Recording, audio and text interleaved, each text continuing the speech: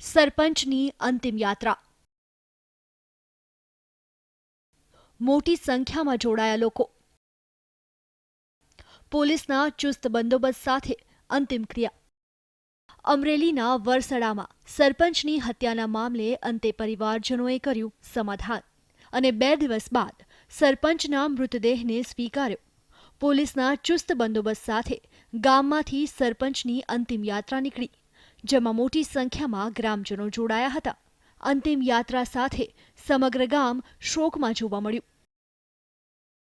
એમને રક્ષણની પૂરતી ખાતરી આપવામાં છે. ટૂંક જ સમયમાં બાકીના આરોપી પણ છે તેને અટક કરવામાં આવશે. ટોટલી 200 પોલીસ છે, 10 PSI, PI, DYSP પોતે બધા છે હાજર.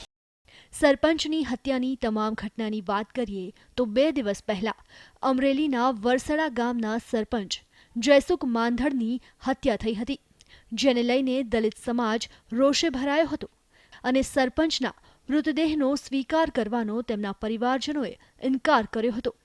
જોકે આખરે અમરેલી પોલીસે હત્યાના મુખ્ય આરોપીને ઝડપી પાડ્યો, જેથી પોલીસની સમજાવટથી પરિવાર મૃતદેહ સ્વીકારવા તૈયાર થયો અને સરપંચના મૃતદેહના અંતિમ સંસ્કાર કરવામાં આવ્યા.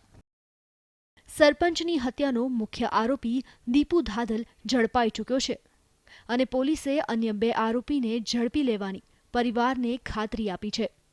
સમજાવટથી હાલ તો પરિવારે સરપંચના મૃતદેહના અંતિમ સંસ્કાર કર્યા છે, પરંતુ હવે જોવાનું એ રહ્યું કે અન્ય આરોપી પણ પોલીસના સકંજામાં આવે છે કે કેમ.